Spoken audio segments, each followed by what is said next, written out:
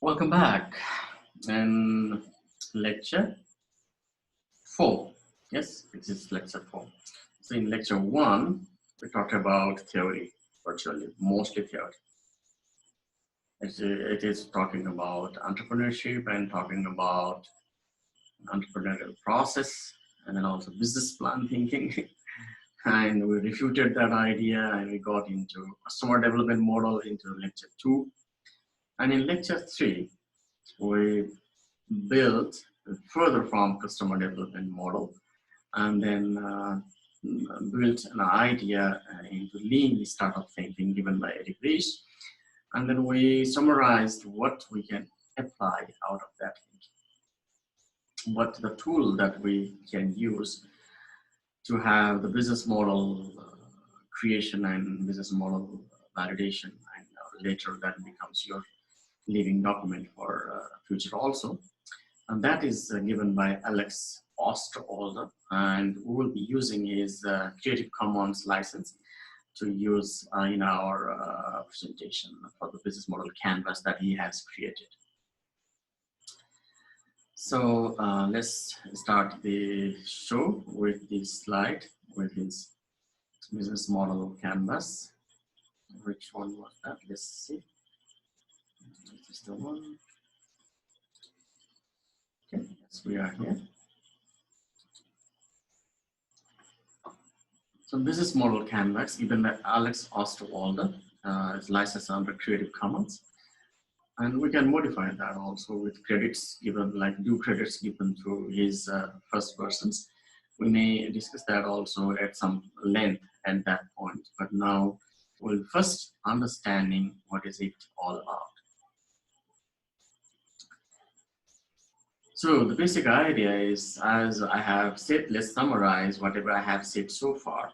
We are moving away from business plan to business model, as Nokia did in 90s already. And many other large companies also do the same thing. They try to understand customer, they co-create with the customer. And yeah, for a startup also that should be the culture.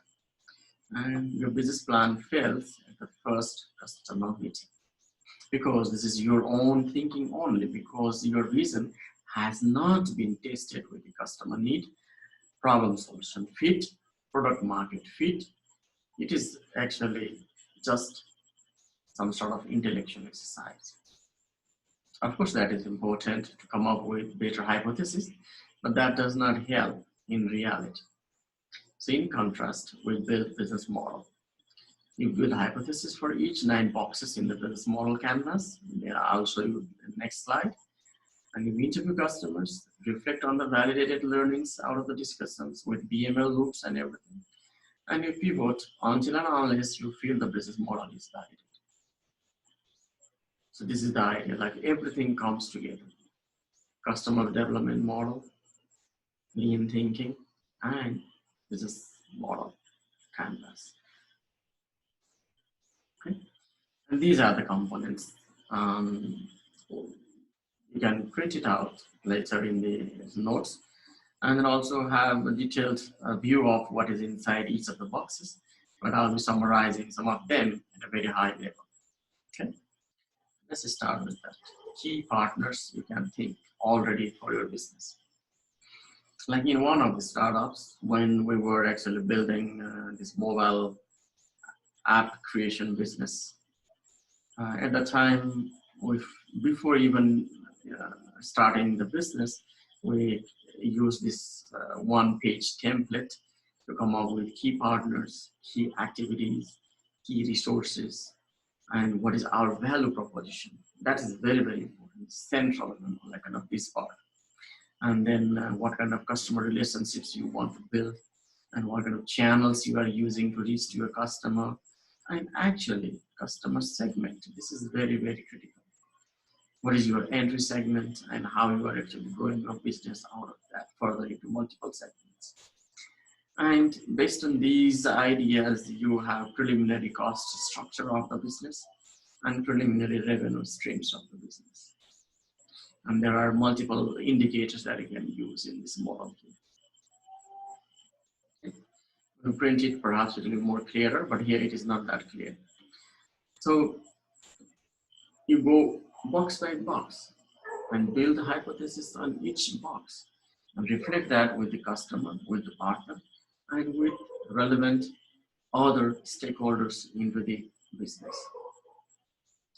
So in this process, you are not only thinking alone, you are thinking how can you build partnership with multiple players in the industry, multiple stakeholders. These are very, very critical because your opportunity, whatever opportunity you are discovering or creating, it gets modified with the discussion with the key partners, their needs, their requirements, their strategic choice, how they will be kind of complementing with each other, and how this will actually change the industry dynamics, like bargaining power of buyers, suppliers, and then also other entry players, and then any substitute products, or even the industry competition or rivalry, how it will change.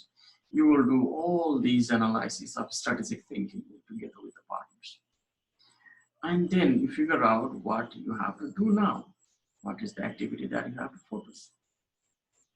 Moving from the lofty thinking of strategic choice, you are actually talking about what I can do now, do, discuss, and digest. 3Ds, like do, discuss, and digest. Okay? And then what are the resources I need? Like if I'm starting just a business, I need a co-founder, I need some seed money, some angel investors, and so on and so forth. Once I have that secure, then I can move further into business model validation. And then when I have validated this business model, I can look for other growth money or early stage money and second stage money and third stage money and keep on growing. Also, human resource is critical in a startup business. So you have to understand right people, right time, and technology people also. And normally, this high growth entrepreneurs is based on technology advantage or IPR advantage. So you will be actually thinking, what is my valuable, rare, inimitable, and then non-substitutable, and then also, in a sense, organized resource that nobody can copy. How can I build that advantage? How can I be building this sustainable competitive advantage through the resources that I am having or acquiring or planning to build? This is very interesting. Then when you have figured that out, figured this out, then you have to build, based on these, you have to build your value proposition to the customer. What is the need I am satisfying? What is the problem I am solving? And what is my solution actually solving that problem? Okay. You have to test all the price point to need points, requirements of the customer, and then try to make this kind of very compelling elevator pitch that what a customer actually can get out of this value proposition of this product and solution that we are creating. Okay, is that fine? Are you with me? Let's get back to just not to be monotonous. I make a break. Just take a sip, just a water drink, and just to have a relaxed moment here and reason with you. So what we have done, we have started from key partners, and then we have gone through key activities, and we have gone through key resources. These are already building me some sort of ecosystem thinking, and then it is already building me a value proposition background, what I can actually propose to my customer, what is my problem solution. Okay, that part we have captured. All right, so then let's hope I get back to the slides again here. And then we can just click from the slideshow here. Okay, here we are. And this, from value proposition, when you have figured that out, you have to build the customer relationship. You have to have proper thinking, how to build the relationship with the customer, and which channels you are going to use to build that relationship, to share the product, to market the product, to reach the customer, and what is my segment. STP, segmentation, targeting, and pricing. STP value proposition should be built very, very nice. You have to target the right segment. You have to have the good pricing, right pricing, and proposition based on this. Once you have built this funnel, like I have all these activities, 3 activities here. These are core advantages already. And you have actually built the customer relationship that nobody can take away from you. Already in your business thinking, from inception, from day 1, not later. Okay? So you are in a very good shape now already to leverage this model in your benefit. And based on this side, on this side, you will have cost structure. So how much partnership cost, how much activity cost, how much resource cost, how much value proposition creation cost, product creation cost, whatever is there. Okay? That is actually in your cost structure. And you have revenue stream. And you know how many customers you are targeting, and you know what phase and what is your R metrics. Like we did that in previous lecture. And out of that, you know, building this revenue streams.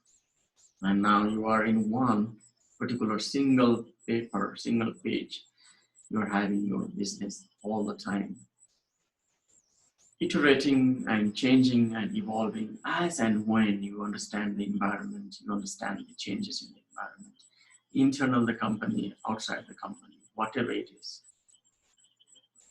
You are alert, you're agile, you're open, they're plural, and you are in a sense having attention to the right thing at the right moment.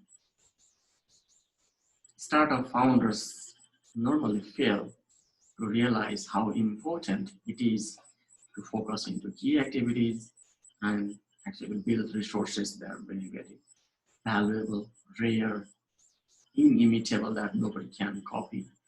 And then also build some sort of non-substitutability that nobody can substitute.